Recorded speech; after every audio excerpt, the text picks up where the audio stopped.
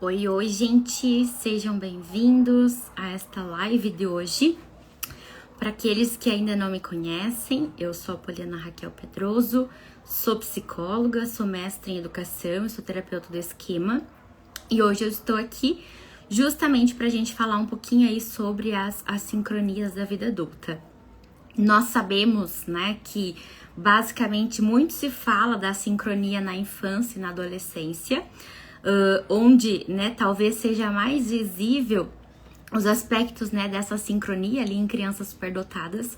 Mas essas crianças, né, elas crescem, elas se desenvolvem, elas se tornam, né, jovens e adultos. E aí a gente acaba esquecendo que essa sincronia também perdura em outras fases da vida, tá? E hoje é justamente sobre esse assunto que a gente vai falar hoje. Por quê? Porque eu vejo que muitos, talvez, né, transtornos ali depressivos se permeiam em base, né, das assincronias dessa vida adulta. Muitos transtornos ansiosos têm por base também a sincronia na vida adulta. Então eu vejo que muitos sinais, até, né, ali os sinais assim mais de adoecimento, seja a depressão, seja o burnout, né, o esgotamento psicológico ou a ansiedade exacerbada, muitas vezes vai ter como base as assincronias, tá? Depois, ao longo da nossa conversa, vocês vão entender o porquê. E aí, gente, né, eu gostaria, assim, que fosse um bate-papo, né, entre eu e vocês, que vocês fossem também mandando aqui pra mim, basicamente, né, onde que aparece essa sincronia de vocês, se algo, né, que vocês já ouviram falar sobre isso ou não. Poli, né, a primeira vez que alguém tá falando sobre isso pra mim, me mandem aqui no comentário, que eu vou, né, compartilhando. E se você também tiver alguma dúvida ao longo aí da minha explicação, pode ficar à vontade de tirar sua dúvida. Então vamos lá, gente. Eu comecei aqui um pouquinho adiantada, né, para ir esquentando aqui o tema. Mas quando a gente pensa na sincronia, né, o que basicamente é a sincronia? É um descompasso, né? É quando existe, por exemplo, um alto funcionamento em alguma área específica, que pode ser intelectual, que pode ser ali, por exemplo, musical, que pode ser corporal sinestésica, né? Se é um jogador de futebol, se é uma criança, né, que pratica ginástica, que dança, em descompasso, né? Então é uma alta performance em uma área e um descompasso de outra área, tá? Essa outra área pode ser uma área física, né? Então, por exemplo, aquela criança que ela tem a capacidade de, por exemplo, ficar a tarde inteira treinando, né? Como se ela fosse realmente um adulto e performasse como um adulto, que ela dá conta, sei lá, né, de fazer muitas coisas, de, sei lá, treinar igual um adulto ou treinar de alta performance, assim, muito, né, exageradamente, mas ela tem um físico de talvez uma criança de 5 anos, né? Então a gente tem que considerar que às vezes, muitas vezes vai ocasionar de lesão, né? Se for uma criança ali do esporte. Por quê? Porque tem uma sincronia, né? Muitas vezes, por exemplo, dentro desse perfil mais talentoso ou de alto desempenho ou de alta performance, a gente vai ter, né, muitas vezes a solicitação de mais treinamento, se for uma criança do esporte, né, a solicitação assim de mais tarefas para ela aprimorar ainda mais o talento, né, ou aquela habilidade que ela tem, e isso muitas vezes vai colocá-la em risco. Por quê? Porque vai ter um descompasso, né, uma criança de, sei lá, 6 anos de idade, aguenta treinar, sei lá, 3 horas por dia, né? Ao invés de usar essas 3 horas por dia brincando, sei lá, fazendo alguma outra coisa da vida. Então vai ter um descompasso, tá? Que basicamente é como se fosse na verdade, assim, é como se a gente pensasse que é algo que desequilibra, né? Então, é como se eu consigo dar um salto, só que eu dou um salto em uma área específica da minha vida, né? Que geralmente tá ligado ao meu potencial. Então, eu consigo desenvolver meu potencial, só que, geralmente, outras áreas da vida estão ou na idade, tá? Ou abaixo da idade, ou, assim, tão também acima da média, né? Tão ali um pouco mais, né, assim, mais desenvolvidas, só que não estão acompanhando aquela alta performance, né? Então, a gente pode pensar, o exemplo muito clássico é a gente pensar nas áreas acadêmicas, né, que a gente aprende na escola. Então, por exemplo, será que uma criança ela vai desenvolver a habilidade dela, né, dentro de todas as áreas da mesma forma, né, num semestre? Ela vai tirar, sei lá, né, nota boa em tudo? Não, talvez tenha algumas matérias que ela tenha mais dificuldade, né? Então, por exemplo, ela pode ter mais dificuldade em exatas, ela pode ter mais dificuldade na escrita, né, de produção de texto, ela pode ter mais dificuldade se for uma criança ali com desempenho mais assim de um perfil intelectual nos esportes, né? Ela não gostar de fazer esporte, não gostar de fazer atividade física, e daí na atividade física ela vai tipo na média. Então assim, é basicamente, se a gente fosse pensar dentro de um perfil geral, seria mais ou menos esse exemplo, né? A gente vai ter descompassos onde a gente se desenvolve né, de uma forma em algumas áreas específicas, mas a gente não se desenvolve como um todo. Por quê? Porque a gente, né, todos aqui somos um ser humano multifacetado. Então, é impossível a gente se desenvolver em tudo, né, ao mesmo tempo, em todas as habilidades, o tempo todo, né? Então, a gente, de fato, pra gente direcionar o nosso potencial para uma habilidade, geralmente a gente vai colocar em detrimento da nossa vida outras coisas da nossa vida, né? Que não são tão importantes, ou que a gente não precisa tanto.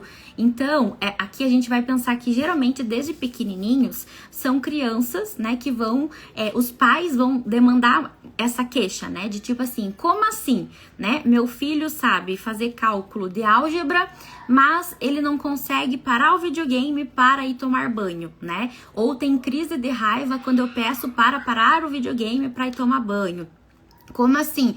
Meu filho é altamente inteligente, ganhou, sei lá, né, as Olimpíadas da escola, não sei o que, o campeonato, não sei das quantas, e tem medo de dormir sozinho, né? Não consegue dormir sozinho, quer dormir na nossa cama. Então, o que a gente vai pensar? Que existe um descompasso, né? Esse descompasso pode ser físico, né? No sentido assim de, tá, essa criança mentalmente, intelectualmente, ela tá acima, né? Então você faz lá a avaliação neuropsicológica dela, né? Então fez o som R, né? Uma criança bem pequenininha, de 2 anos e meio, 3 anos e meio, e aí no som R, que é uma avaliação da inteligência infantil, a gente vai avaliar que ela já tem uma idade cognitiva de uma criança de 5 anos, né? E ela tá com 2 anos e meio, completando ali quase 3. E aí, o que acontece?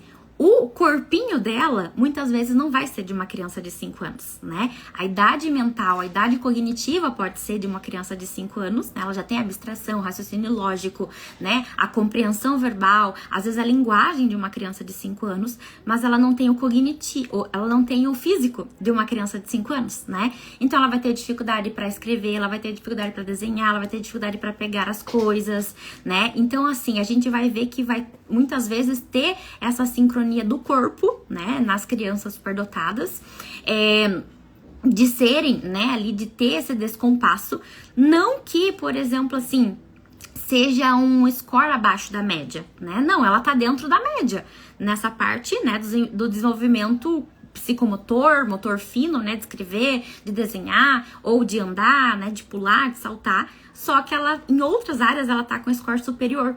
Então, se torna o quê? Discrepante, tá? De comparação da própria pessoa com a própria pessoa, né? Se a gente compara aquela criança com indivíduos da mesma idade que ela, do mesmo grupo, talvez fique dentro da média, dentro do esperado. Só que quando a gente compara essa criança com ela mesma em outros scores, a gente vai verificar que o quê? Naquela área, né, que pode ser corporal, ela tá ali mais abaixo, né, no sentido que ela tá dentro da média, e nos outros scores ela obteve, né, através da avaliação, scores superiores, tá? Então é como se, por exemplo, ela tivesse uma idade mental de 5, 6 anos, mas o corpinho dela continua sendo de uma criança de 4 anos, né? E como uma criança de 4 anos vai fazer birra, vai ter dificuldades, né, ali pra dormir, vai ter muitas outras dificuldades. E aí a gente fala então que existe o quê? Um descompasso, né? Esse nosso cérebro, eu costumo dizer que o cérebro do superdotado, ele funciona de uma maneira única, né? Então, por exemplo, nenhuma avaliação neuropsicológica que eu apliquei, né, os testes e fiz ali a avaliação clínica desse paciente, eu nunca consegui obter uma igual a outra, né? Não existe. todas são muito individuais, todos os pacientes superdotados, ainda que tenham as mesmas características, elas se apresentam de uma forma muito diferente, que vai depender do contexto de vida, vai depender das características temperamentais, de personalidade da própria criança, que isso se torna muito subjetivo. Mas existem algumas, né, características que elas de fato aparecem em todos eles, né? Que a gente pode pensar aí no perfeccionismo, na facilidade com o aprendizado, a busca de propósito, a busca de sentido, a sensibilidade, as questões sensoriais, né? Geralmente aparecem sempre, mas de uma apresentação diferente, né, a cada caso. Quando a gente pensa nas assincronias, a mesma coisa. Todas as crianças geralmente vão ter esse descompasso, né? Mas a apresentação vai ser muito variada, tá, gente? Conforme eu for falando e vocês forem pensando em assincronias, né, que aconteceu aí na infância de vocês, mandem aqui, né? Acho que vai ser legal a gente pensar sobre, de fato, fatos concretos, né, que permeiam a nossa vida, né? Dei alguns exemplos desses, né, da criança que né, já sabe calcular, fazer um monte de coisa e tem medos bobos, né? Medo de dormir sozinha, medo de bicho, né? Medo de, sei lá, de cachorro. Mas a gente pode pensar em outras questões, né? Como, por exemplo, essa do aspecto mais corporal sinestésico, né? Aquela criança que é super intelectual. Vamos dar o exemplo aqui, o Sheldon, né? O Sheldon lá da série do Sheldon criança, né? Lá, geralmente a gente vai ver esse descompasso, né? Em áreas, tanto ali na área, né? Por exemplo, que ele tem medo de pegar a contaminação, que ele usa luvas, né? Pra não encostar nas pessoas. Então, ele tem, por exemplo, talvez um funcionamento ali mais abaixo, né? Da idade cronológica que ele tem. Em relação à questão, né? Do corpo, de esporte, né? Ele é totalmente desengonçado em relação a isso, porque não é a área de domínio dele. E vai ter o quê? Vai ter uma sincronia, né? Tem um descompasso. Aqui, gente, o que é importante? Que a gente entenda que não é certo nem errado ter um descompasso, né? É o que acontece e é o fato concreto, tá? Claro que muitas vezes viver um descompasso vai gerar um sofrimento, né? Então, por exemplo, se você é hoje um adulto superdotado, que se desenvolveu muito rapidamente na sua carreira, né? Sua carreira foi muito rápida e, tipo assim, você alcançou talvez os níveis, sei lá, mais altos daquilo que você gostaria em pouco tempo. E aí, por exemplo, a gente tá pensando num aspecto intelectual. Talvez do aspecto, assim, de experiência que outros profissionais precisavam passar nessa jornada de trabalho por tantos anos para chegar no lugar que você chegou em talvez menos tempo, solicitasse algumas outras habilidades, né? Então, seja a habilidade de gerenciar tempo, seja a habilidade de resolver problemas, seja a habilidade de resolver conflito, seja a habilidade de, sei lá, de funções executivas, de se planejar sobre o futuro. Pode ser qualquer coisa, né? Eu vejo que na superdotação no adulto, geralmente a gente não vai ter tanta a questão, né, do corpo, né, do descompasso em relação ao físico, mas a gente vai ter muito descompasso em relação às questões emocionais, né? Eu não sei lidar com esse conflito, né? E agora eu tô num cargo de gerente, eu não sei falar com as pessoas, né? Eu não sei demitir essa pessoa, ou eu não dou conta de tantas tarefas que eu tô fazendo.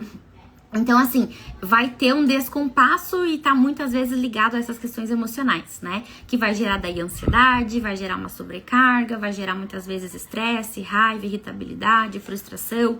Vai gerar um monte, né, de sentimentos e emoções ali desconfortáveis de sentir. E geralmente isso vai gerar, né, um pensamento muitas vezes autodepreciativo, né? Não consigo, não dou conta disso, e aí vai ativando os nossos esquemas, né? Vai ativando ali as nossas crenças negativas sobre a gente, né? E os padrões autoderrotistas. Então, nossa, não consigo, não dou conta disso, né? E aí eu fico procrastinando, não vou fazer isso porque eu não tenho capacidade. E daí eu perco uma oportunidade, né? Que seria muito bacana, que eu poderia pegar naquele momento, ou que eu poderia, né, aprimorar ainda mais as minhas outras habilidades. Então, a gente vai ver que o quê? Tudo tá ligado, né? O aspecto emocional, junto com os aspectos cognitivos, junto com o nosso comportamento. Basicamente, a gente tem, né, esse funcionamento como um todo. E aí, o que acontece, gente? A gente vai verificar que eu até posso dar um exemplo pessoal para vocês, né? Que eu, né, bem recentemente, eu tava diante de uma dificuldade, né, muito grande ali em relação ao trabalho, sobre como dar limites, mas como resolver problemas, né, até, por exemplo, mais assim, problemas dentro da internet mesmo, né, de pessoas que mandavam mensagem, o que eu poderia responder, o que eu não poderia responder, pessoas que mandavam mensagens mais assim num tom de voz agressivo, né? E assim, são coisas que eu não pensei, né? Quando de fato eu comecei a me dedicar ao Instagram, eu, né, só queria que desse certo, só queria, né, que de fato o meu post chegasse às pessoas, que fizesse sentido na vida das pessoas, que minhas palavras fossem compartilhadas com os outros, que as pessoas pudessem, né, se conectar com o meu assunto, mas que elas pudessem usar aquele assunto para elas se desenvolverem. Então, esse sempre foi o meu intuito, né, de me dedicar tanto, de anotar meus pensamentos, de estar o tempo todo fazendo posts e divulgando, né, os pensamentos, as ideias que eu tenho e tal. Só que aí chegou um momento que começaram a chegar, né, as adversidades, né, que são lá os comentários negativos, que são as pessoas falando mal, ou as pessoas, né, falando coisas aleatórias que vêm na mente delas de uma forma bem impulsiva. E isso foi me sobrecarregando, né? E um dia eu cheguei, né, no meu processo de psicoterapia individual, e era como se eu não desse conta, né? Como se realmente eu não conseguisse, eu não tivesse o repertório para lidar com aquilo, né? E aí foi, né, o momento assim que eu pensei, tipo, tá, né? Por que eu não tenho esse repertório? Porque eu tenho uma sincronia, né? Porque dentro da psicologia, talvez eu seja um baby dentro da psicologia, né? Por mais assim que não faz tanto tempo que eu me formei, mas assim, tenho ainda, né, ali tô na infância da minha formação, né? Eu tenho hoje 27 anos.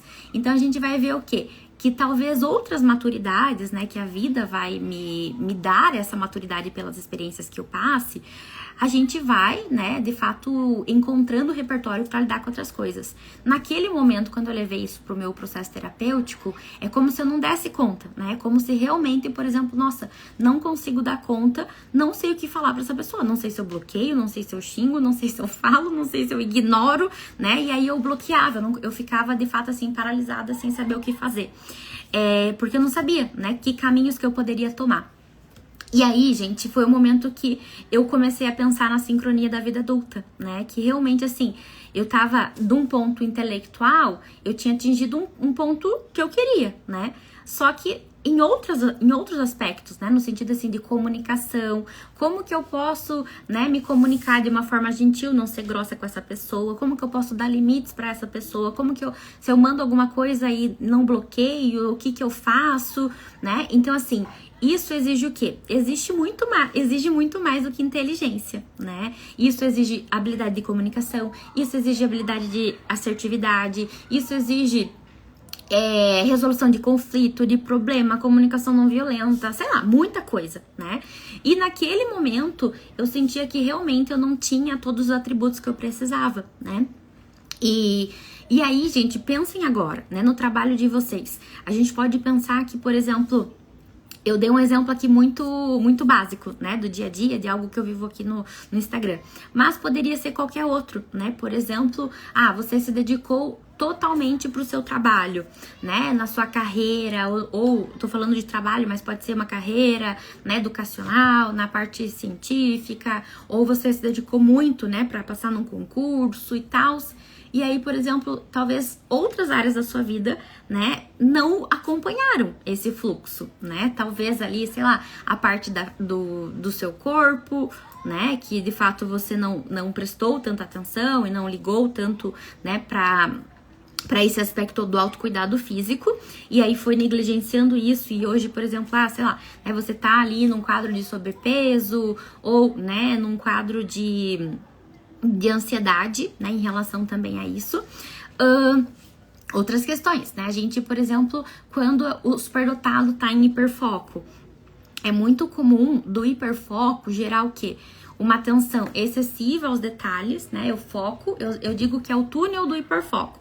Eu entro no túnel e eu só vou voltar a prestar atenção em mim ou no comportamento ao redor das pessoas quando eu sair do túnel, né? Então eu só vou respirar a hora que eu sair do túnel, tá? Então o que que acontece? Geralmente quando eu tô nesse momento, eu consigo aprimorar, eu consigo criar ideias, conectar conceitos, fazer coisas incríveis.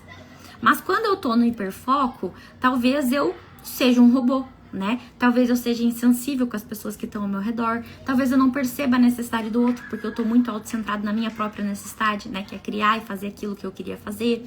Talvez eu não perceba, sei lá, né? O meu próprio corpo, né? Que eu precisava tomar água, que eu precisava parar pra respirar, que eu precisava relaxar, que eu precisava ter hobbies, né? Então isso, muitas vezes, prejudicando outras áreas, tá? Claro que aqui a gente tá falando de hábito, tá reconectando. Gente, vocês estão me ouvindo novamente? Deu uma pausada aqui na minha internet. Deixa eu... Ai, gente, voltou. Deu uma travada na minha internet. Vocês estão me ouvindo? Me mandem aí só pra eu saber se eu não tô falando sozinha. Sim, tá. Então, vamos lá. Gente, vocês estão me ouvindo? Que caiu de novo aqui minha internet. Tá. Vamos lá, então, qualquer coisa vocês me avisam aí, porque apareceu aqui que tinha travado e eu voltei. Então, até me perdi onde que eu estava aqui. Eu estava falando das assincronias, né? E muitas vezes tem a ver com as mudanças, né? No nosso estilo de vida também. Isso pode contribuir ou prejudicar ainda mais as nossas assincronias, né? Então, por exemplo, se eu sou um superdotado, que eu já tenho uma habilidade intelectual mais acentuada do que talvez uma habilidade corporal, a chance de eu colocar atividades na minha agenda que sejam ligadas ao intelectual em detrimento das coisas corporais é maior, né? E isso a gente tá falando do quê? De estilo de vida, né? Então a gente tá falando que às vezes a gente vai ter que fazer algumas mudanças pra gente aprimorar, né, ali essas habilidades, né? Essas outras habilidades. Não tô dizendo que você tem que balancear a sua vida, né, com sei lá, né? Talvez investir em questões né, físicas ou outras questões que você não domina. Não, né? Eu acho que de fato cada um tem a percepção, né? E vai sentir isso se realmente faz sentido pra mim. Nesse momento, realmente eu preciso, né, encarar essa minha dificuldade, né? Ou essa minha sincronia, ou não. Não tá trazendo dificuldade, né? Então, por exemplo, eu, Poliana, sempre fui muito tímida, né? Sempre fiquei ali passando despercebida, sempre tive muita dificuldade de comunicar minha necessidade, né? Eu me comunico bem, mas em pequenos grupos, né? Em grandes grupos eu ficava muito ansiosa, ficava muito tímida. Então, o que que acontece? Geralmente a gente vai verificar o quê? Que quando tem essa dificuldade, a gente tem que pensar em como a gente vai manejar isso, né? Então, por exemplo, se eu sou tímida, como que eu posso, de fato, fazer um treinamento das minhas habilidades sociais, né? Por modelação, né? Perguntando para alguém, o que eu posso falar para essa pessoa, né? Fazendo um treinamento de habilidades sociais, né? Perguntando para minha terapeuta, perguntando para, sei lá, né, a pessoa que mora comigo, com os amigos. Então, assim, a gente vai se desenvolvendo, né, as nossas habilidades, mas, né, muitas vezes isso tende a gerar uma sensação que a gente não dá conta, né? Então, é como se desse pro nosso... E aí a gente tá falando aqui de padrões cognitivos, porque geralmente vai ativar um padrão cognitivo disfuncional, né? Então, por exemplo, quando você tá ali de frente com um descompasso, não dou conta disso, né? Nossa, tô muito cansada, por que eu não parei antes, né? Ou por que eu tô voltando, né, agora aqui do trabalho, segunda-feira, e tô super cansada? Porque eu não descansei direito? Porque eu não tô conseguindo descansar e desacelerar? Porque minha mente ficou hiperativa? Sei lá, pode ser inúmeros fatores, né, do porquê que isso ocorreu. Mas geralmente, quando a gente se conecta com isso, vai gerar uma sensação muito desconfortável, né? De incapacidade, de defectividade. Eu tenho um problema, eu sou defeituoso, tem algo de errado comigo. E essa dor, né, é uma dor muito dolorosa da gente sentir, tá? A dor da defectividade, a dor de ser um fracasso, a dor de não ser bom o suficiente, né? Então, são dores, assim, muito difíceis. E geralmente elas vão tender o quê? Como são padrões esquemáticos, são o quê? Padrões que se perpetuam, né? O critério da perpetuação é o quê? Só se reproduzir, né, e ficar ali perpetuando na nossa mente de forma disfuncional. Só que o que acontece? Quando a gente começa a olhar de um modo mais assim, diferente para o atendimento às nossas necessidades, a gente consegue, de fato, assim, baixar a nossa emoção para elaborar talvez um pensamento mais congruente, um pensamento mais verdadeiro, né? Então, talvez naquele momento, quando eu tô lá, né, muito nervosa, tipo, meu Deus, o que eu vou responder para essa pessoa aqui que tá, né, falando uma coisa. Até, por exemplo, esses dias uma pessoa foi lá e comentou assim no meu post: nossa, mas isso que você tá falando aí aplica a todos os seres humanos do planeta Terra, né? Naquele momento que eu vi aquele post, eu fiquei tipo, ai, meu Deus, né? Eu fiquei brava num primeiro momento. Depois eu fiquei tipo, tá, o que eu vou fazer com essa criatura, né? Porque assim, ela sabe que o meu foco é a superdotação, né? Claro que tudo que eu trago no meu Instagram é sobre a superdotação. Eu não falo de outras, né? De outras questões. Ou quando eu falo num aspecto assim da dupla excepcionalidade, né? Quando a gente tem ali a dupla condição. Então, gente, o que isso ativa em mim? Ativa uma raiva, ativa um medo, né? Se eu comentar uma coisa que dê, por exemplo, um limite, né? Ou que eu compartilhe de fato, né? Esse perfil aqui é de fato direcionado para as altas habilidades, né? Esse é o meu foco. O medo dessa reação do outro já me gera uma ansiedade, né? E aí, muitas vezes, me gera uma paralisação. Não vou reagir, não vou fazer nada, vou só ignorar esse fato. Só que eu fico ruminando esse pensamento ali até acabar, né, com o meu sono, né, até virar uma insônia e ficar aquele pensamento ali, tipo, mas você não respondeu aquela pessoa, o que você vai responder, né, você não deu conta de responder, você fugiu de responder essa pessoa. Então, o que acontece? Esse padrão, né, geralmente vai despertar um sentimento, né, negativo na gente também, né, e geralmente vai estar ali mais para tristeza. Ele ativa esse pensamento, essa cognição, né, de que a gente não dá conta, de que a gente não consegue, e aí vai ativando essa emoção da tristeza, e muitas vezes a gente vai fazer o quê? Paralisar, né, ou a gente vai fugir desse desconforto, né, seja para, sei lá, alguma coisa ali, né, os workaholics vão fugir ainda mais pro trabalho, né, aqueles que usam algum tipo de substância vão se auto-aliviar dessa forma, né? Os que de fato buscam pela uma via compulsiva podem fugir desse lado também, tá? E tem, de fato, né, perfis ali que vão se paralisar. Eu sou de um perfil mais paralisador, né? Como se eu bloqueasse e eu não conseguisse mais dar um passo, né? É como se eu não tivesse perna para dar um passo. É exatamente, talvez, essa descrição do descompasso, né? Eu consigo pular tão alto para algumas coisas, mas para algumas coisas eu não consigo dar um passo, né? Eu travo, eu paraliso, eu não dou conta. O que é importante aqui?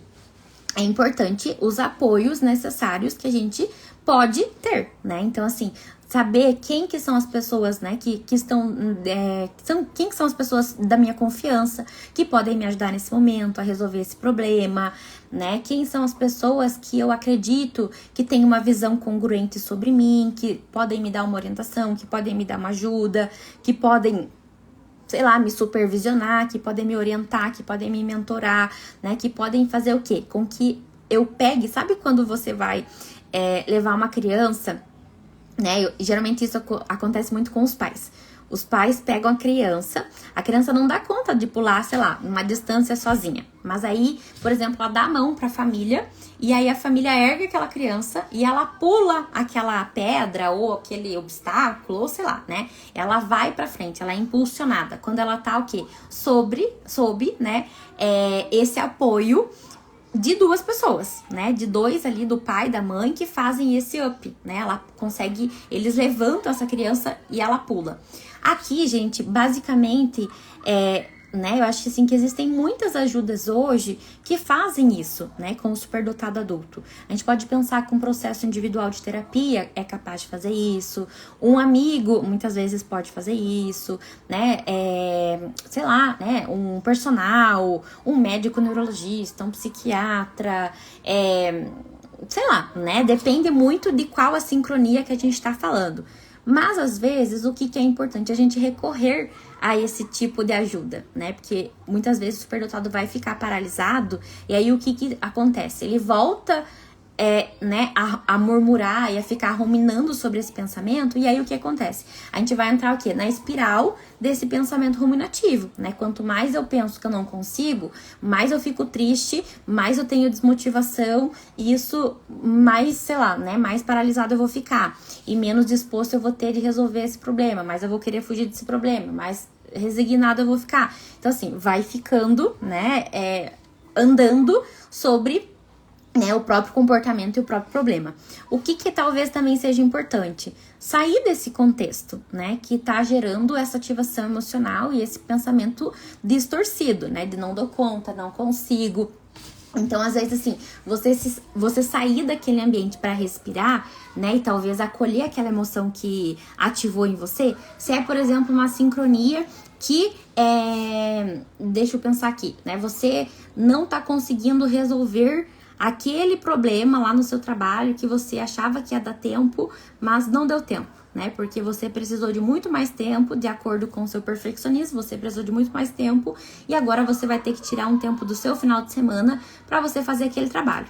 E aí você ficou muito bravo com você, porque você não deu conta de gerenciar bem o seu tempo, né? Então aqui a gente tá falando o quê? Da sincronia entre a habilidade com os padrões talvez inatingíveis do perfeccionismo, ou com funções executivas de planejamento, de organização, né?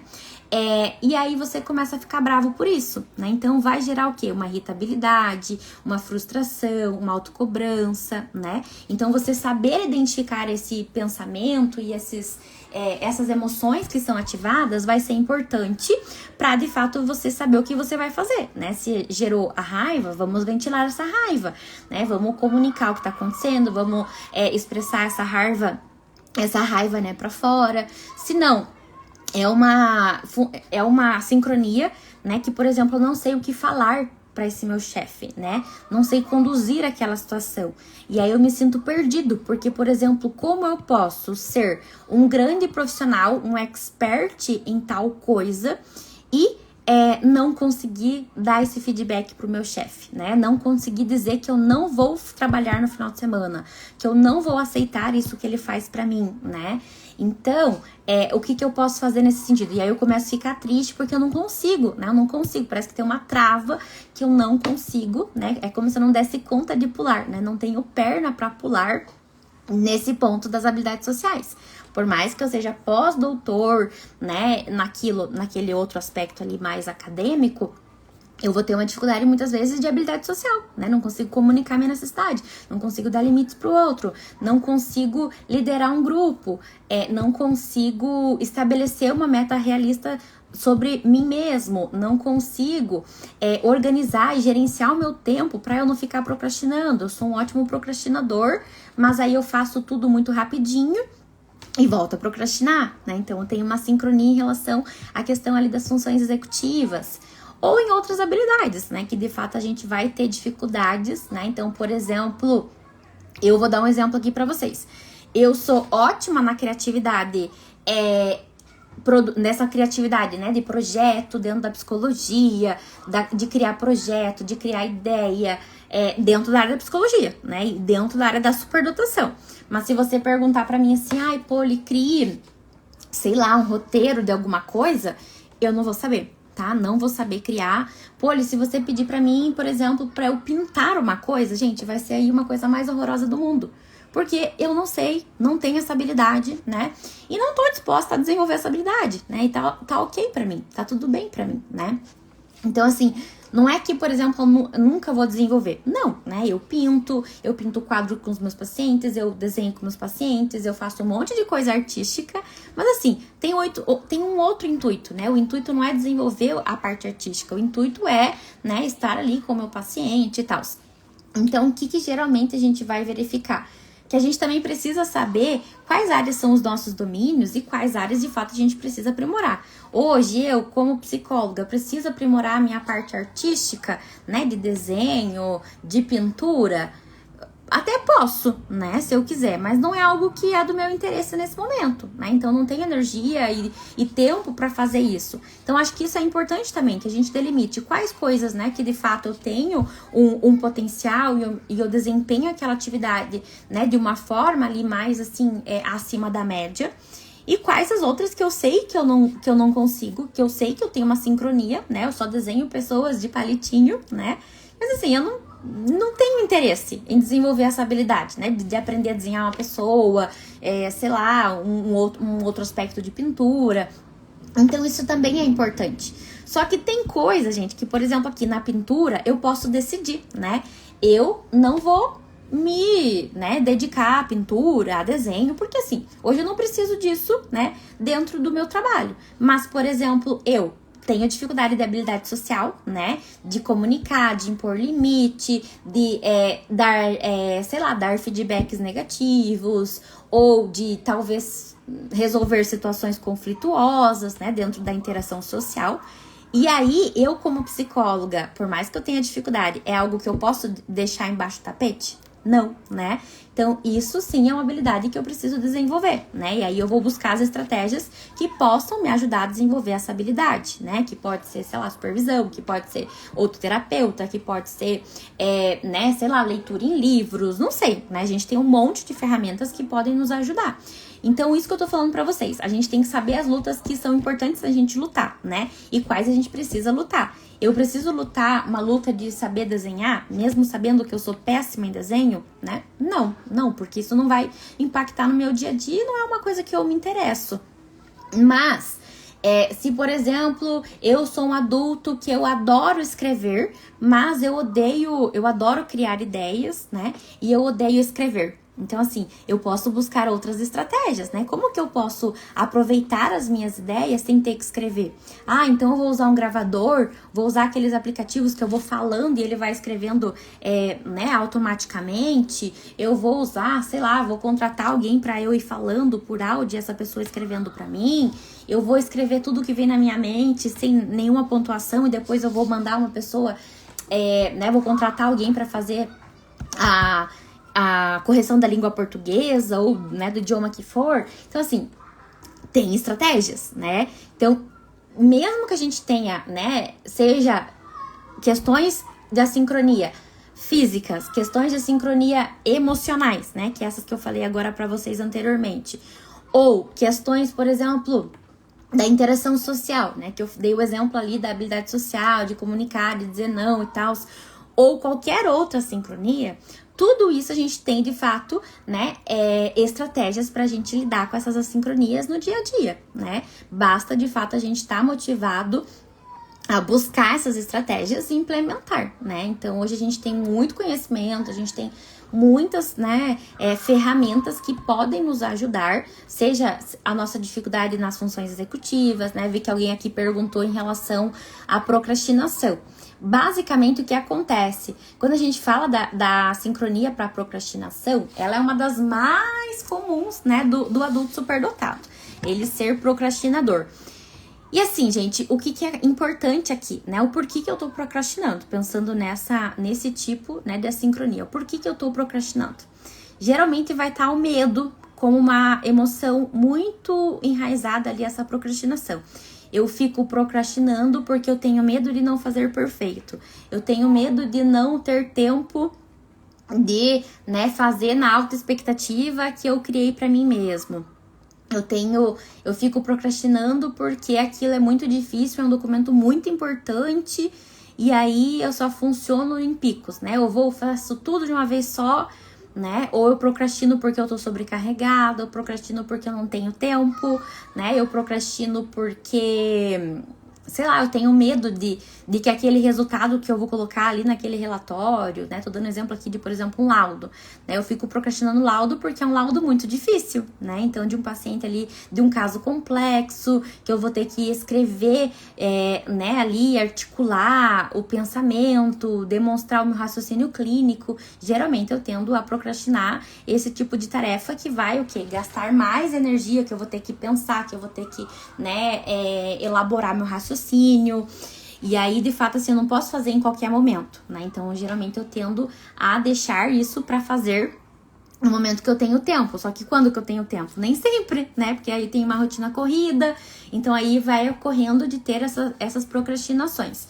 O que é importante aqui, na procrastinação, é a gente pensar assim, que horário do dia que eu tô mais produtivo, que horários do dia, né, que eu tenho ali a habilidade de fazer isso. Às vezes sons, né, são importantes também de colocar alertas, né, por exemplo, se você tem Alexa, né, colocar Alexa para lembrar você de períodos do dia, né, então, né, de manhã, sei lá, dar alguma sinalização para você, de tarde, ou alarmes no seu celular, isso às vezes é importante. Fazer planejamentos, né, do dia. Então, nesse dia eu vou fazer tal coisa, porque aí o que acontece? Geralmente, a superdotação, ela nunca anda sozinha, né? Ela anda ali junto com o perfeccionismo e com a autocobrança. Então, às vezes, o superdotado, ele vai sofrer porque ele não consegue fazer o que ele quer. Mas, assim, é humanamente impossível fazer tudo o que ele quer. Tá? Por quê? Porque todo ser humano tem 24 horas no dia e é impossível algum ser humano conseguir fazer tudo o que esse superdotado quer fazer em 24 horas por dia, tá? Então, o que acontece? É importante que você tenha modos, né, de lidar com isso também mecânicos, né, de você, tipo assim, organizar ali por tempo, né, o seu dia, ou organizar na semana, né, distribuir, ao invés de colocar todas as tarefas para você resolver na segunda-feira e você chegar na segunda-feira super ansioso ao final do dia porque você não fez nem metade das tarefas, você distribui elas, né, na segunda você faz tantas, na terça você faz tantas, ou distribuir ao longo do mês, né, então, dia 10 você faz tal coisa, dia 20 você faz outra coisa, para não deixar tudo num bolo só, né? Então, isso geralmente tende a ajudar muito. E aí, claro, né, que tem momentos que a gente vai ter que sentar e fazer porque, né, não tem como fugir daquilo, por mais que seja chato. E aí tem outras características da superdotação que estão influenciadas, né? Fazer coisas chatas, fazer coisa repetitiva, que geralmente não motiva, né? E gera muitas vezes uma repulsa, né? Aquela atividade ou raiva de fazer aquela atividade. Então, geralmente, vai ter, né, várias questões, né, que estão ali por detrás da procrastinação. Mas o que é importante? Saber primeiro, né, essa procrastinação, ela tá ali porque realmente eu tenho um TDAH, né, eu tenho uma desatenção, eu tenho um perfil, né, de dificuldade cognitiva de fazer a organização, planejamento, controle dos meus impulsos ou não. A minha procrastinação é por questões emocionais, né? Ligada ao perfeccionismo, ligada à minha autoexigência, ligada à minha autocrítica. E aí eu paraliso, né? Eu não consigo fazer. Eu fico ali andando e não saio do lugar, né? Ou eu fico esquivando essa atividade até não dar mais. E aí, gente, uma coisa muito importante aqui. Às vezes, essa dificuldade da procrastinação, ela é uma coisa assim muito bacana da gente investigar, porque muitas vezes o superdotado fala, eu faço tudo na última hora, né? E aí o que acontece? É como se ligasse aí a dopamina, né? Então, por exemplo, quando falta 1 hora para eu entregar aquele projeto, eu ligo, né, o meu motorzinho lá na velocidade, sei lá, na 5ª marcha e vou embora, né? Então eu ligo, eu me motivo super, que daí parece, nossa, que foi tão rapidinho, fiz, pronto, acabou, né? Entreguei, tá aqui, né? Já criei, já fiz e resolvi aquilo. Mas aí eu fiquei, sei lá, 70 dias sofrendo, né? Porque eu não consegui fazer aquilo. Isso muitas vezes está ligado ao gerenciamento de tempo, mas também está ligado à economia de energia, né? Se o nosso cérebro sabe que a gente vai fazer, por exemplo, pela experiência passada, que a gente conseguiu fazer aquilo em, sei lá, tanto tempo, às vezes a gente vai ficar procrastinando até a beira. Só que o que acontece? A gente vai ficar sofrendo até a beira, né? Não é que você fica 70 e tantos dias descansando e daí você vai lá e faz atividade em 2 horas. Não, você fica todo esse tempo sofrendo, né? Com aquela atividade na mente, né? E ela fica hiperativa, pensando, e você fica se culpando e retroalimentando pensamentos negativos sobre você. Será que eu tenho um problema? Porque será que eu não consigo? Será que eu sou incapaz? E não sei o quê. E aí esse pensamento vai embora, né? E aí vai despertando mais emoções confortáveis e mais você não consegue agir. Então, geralmente pode estar ligado a isso também. É importante que a gente saiba, né, o nosso funcionamento. Eu, Poliana, sei que eu não funciono bolinha, bolinha, bolinha. Faço uma atividade, sei lá, né? Vou fazer isso assim, pra tudo, gente. Por exemplo, desde criança, né? Quando eu ia fazer uma coisa, eu tinha que sentar e fazer. Eu não tenho essa de sento um pouquinho, estudo um pouquinho. Aí estudo mais um pouquinho amanhã. Daí estudo mais um pouquinho amanhã. Não, eu faço tudo de uma vez só. Sento e estudo tudo, né? Pra estudar pra prova na faculdade, eu sentava e estudava tudo de uma vez só, né? Eu lia todos os slides, né? Ali da prova, lia os textos e tal. Claro que eu fazia o ping-pong, né? Do diário. Mas assim, o básico. E daí, quando de fato eu precisava, eu me empenhava e fazia, né? Muito mais. A minha dissertação de mestrado foi dessa forma, né? Então, o que é importante? Que a gente saiba dar limites a nós mesmos, né? Então, por exemplo, se você é desse perfil que precisa começar e terminar, não se martirize, né? Então, de ficar sofrendo por tanto tempo. Né? Então, de fato, internalize essa fala, né? De tipo assim, nossa, né? Na experiência passada, eu precisei de tantas horas para fazer essa atividade. Então, eu vou me organizar para fazer em tal dia, né? Então, e tá tudo bem a gente fazer, né? Em tal dia mesmo, desde que a gente, né, não perca um compromisso, desde que a gente não tenha um prejuízo em relação a não fazer essa atividade. Mas é importante que a gente saiba a forma que a gente funciona. Porque às vezes a gente quer, por exemplo, nós funcionamos como... Hoje eu tava pensando nisso, né? Que animal que você é dentro da superdotação. Às vezes a gente é zebra, né? A gente funciona como a zebra, só que a gente quer andar igual a girafa, né? Ou quer, sei lá, fazer as coisas que a girafa faz, né? Ou a gente quer fazer, sei lá, coisas que o leão faz. Não é, né? A gente tem um funcionamento diferente. Então, basicamente, a gente tem que entender que o nosso funcionamento é diferente e que realmente tem coisas que a gente vai fazer mais intensamente, tem coisas que não, tem coisas que a gente vai ter mais dificuldade, tem coisas que a gente vai ter facilidade, né? Então, tudo isso é importante. Vi que tem uma outra perguntinha aqui sobre as funções executivas. O que acontece? As funções executivas, né, elas podem sim vir prejudicadas ali no TDAH, então o superdotado que tem TDAH junto, tá? Quando é uma dupla condição, superdotação e TDAH, pode ter um prejuízo de disfunção executiva, mas pode ser também, né, sem ter TDAH, tá? Superdotado adulto sem TDAH pode ter disfunção executiva, pode ter comportamento de procrastinação, pode ter cognitivamente disfunção executiva, tá? E geralmente assim, pode ter funcionalmente ou cognitivamente, ou os dois. O que seria isso? Então, uma disfunção cognitiva funcional é quando eu apresento um prejuízo funcional. Eu sou procrastinador, eu perco compromissos, né? Eu não gerencio bem o meu tempo, aí eu chego atrasado nas coisas, eu falto, né, nos compromissos porque eu não marco e aí eu esqueço, né, aquela tarefa. Então, assim, eu tenho um prejuízo funcional, mas lá no teste tá tudo preservado, tá tudo acima da média. Ou então a gente tem aquele prejuízo cognitivo. Geralmente, quando a gente vai ter um prejuízo cognitivo na avaliação, é que tem alguma condição associada.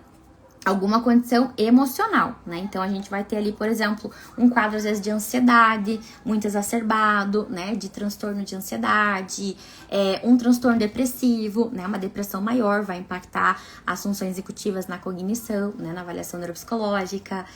Transtornos, né? Que sejam ali distímicos, geralmente também, né? Que seria uma depressão mais crônica, mais moderada, mais assim, que tem que seja crônica, né, ao longo do tempo e seja difícil de tratamento, a gente vai ter também prejuízo nas funções executivas, quadros de exaustão psicológica também vai ter prejuízo nas funções executivas. Aqueles pacientes que são muito ansiosos, né, e durante a avaliação tem ali muitos comportamentos ansiosos, podem sim apresentar um prejuízo nas funções executivas, ainda que, por exemplo, não tenham fechado um transtorno, né, esse comportamento, ou são muito perfeccionistas, ou são muito exigentes, né, que eles ficam o tempo todo achando que, né, que estão indo muito mal e eles estão indo super bem nos testes.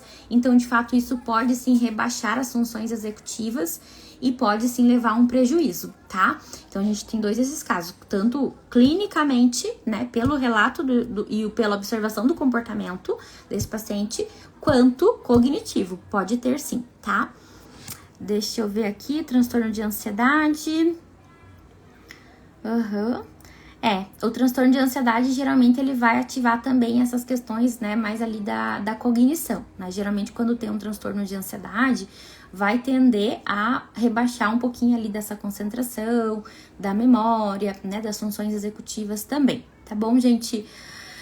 Basicamente era esse, né, o conhecimento que eu queria passar para vocês. Não sei se tem alguma outra sincronia, né, que vocês sentem aí. Claro que a gente vai ter muitas outras aqui, né, em relação, por exemplo, à alta performance no trabalho e o autocuidado, ou, né, de considerar a velocidade de processamento das outras pessoas, a dificuldade, né, de interação social, né, em relação à alta performance, seja no trabalho, na parte acadêmica. Então a gente vai, e até quando tem duplas condições, né, as assincronias elas podem se transformar ali em maiores sofrimentos ainda, né? Vamos pensar lá num pós-doutor que ele passou num concurso e ele é um professor universitário, né?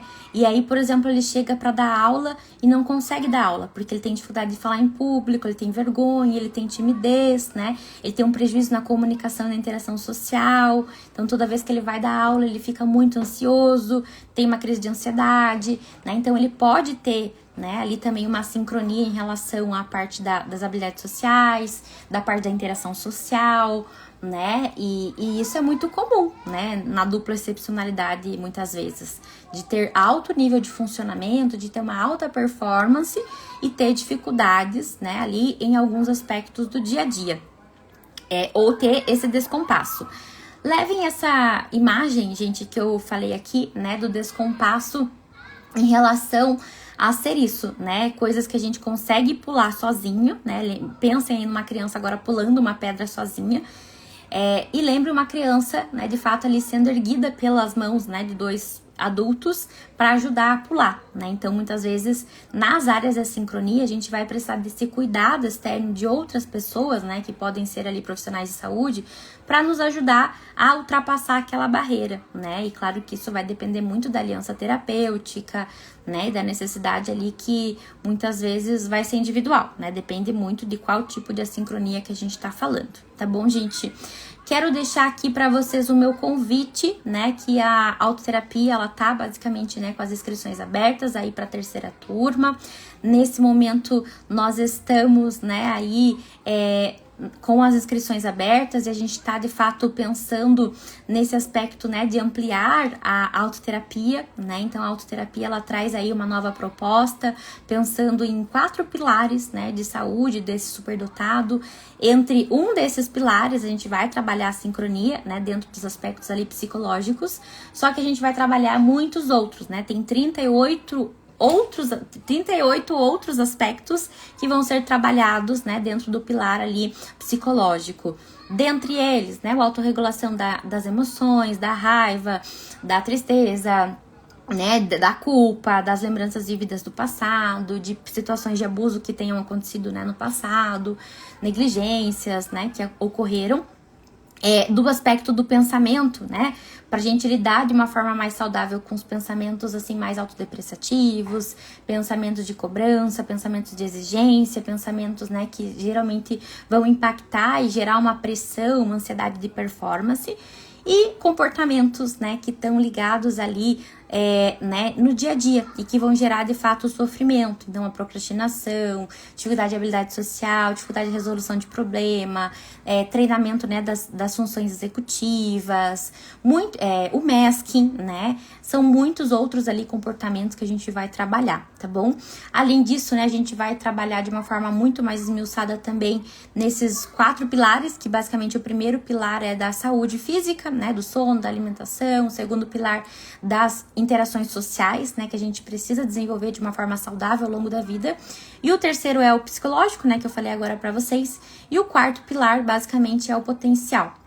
Como eu falei pra vocês, quando a gente fala da sincronia, a gente tá falando do quê? Muitas vezes do potencial, né? Eu tenho um descompasso, eu tenho um alto nível de funcionamento. Como eu posso ser uma profissional XYZ e ter dessa... Opa, caiu. Como eu posso ser tão bom naquilo e ser tão ruim em outro aspecto, né? Ou não ser tão bom em outro aspecto. Ou ter tanta dificuldade em outro aspecto, né? Então, esses são ali os questionamentos. E a gente vai trabalhar, né, no último pilar ali, desse autoconhecimento, desse autoenfrentamento, as questões mais ligadas ao potencial, né? Que a gente possa, de fato, né, olhar para esse potencial desse superdotado adulto. Hoje, Quase ninguém fala do potencial do superdotado adulto, né? Tem muita gente falando por aí do potencial da criança, de enriquecimento na escola, de aceleração, de questões, né, individuais ali a acadêmico, né, ou perfil, mas nada se fala do trabalho, né, da educação superior, da performance, né, de perfis ali muito diferentes que vão para uma via mais empreendedorista, de uma via mais criativa, produtiva. Então é basicamente sobre isso, né, que a gente vai trabalhar ali no último pilar, tá bom, gente? Para quem, né, tem interesse, as inscrições estão abertas, você consegue obter mais informações sobre a autoterapia ali no link da minha bio. Eu deixei, né, aprovado o parcelamento inteligente também, né, onde você consegue ali parcelar de uma modalidade que não, de fato, pegue o limite do seu cartão, tá bom? Então essa também é uma possibilidade que eu coloquei ali a partir de ontem para vocês. Mas se vocês tiverem alguma outra dúvida, podem me mandar mensagem aqui no privado, tanto no Insta quanto no WhatsApp, né, que assim que possível eu vou retornar e vou responder a dúvida de vocês, tá bom, gente? Um beijo, boa noite para todo mundo e, né, espero que todos esses insights, né, compartilhados aqui possam aí fazer sentido para vocês, tá bom, gente? Um beijo, boa noite. Tchau, tchau. Até a próxima.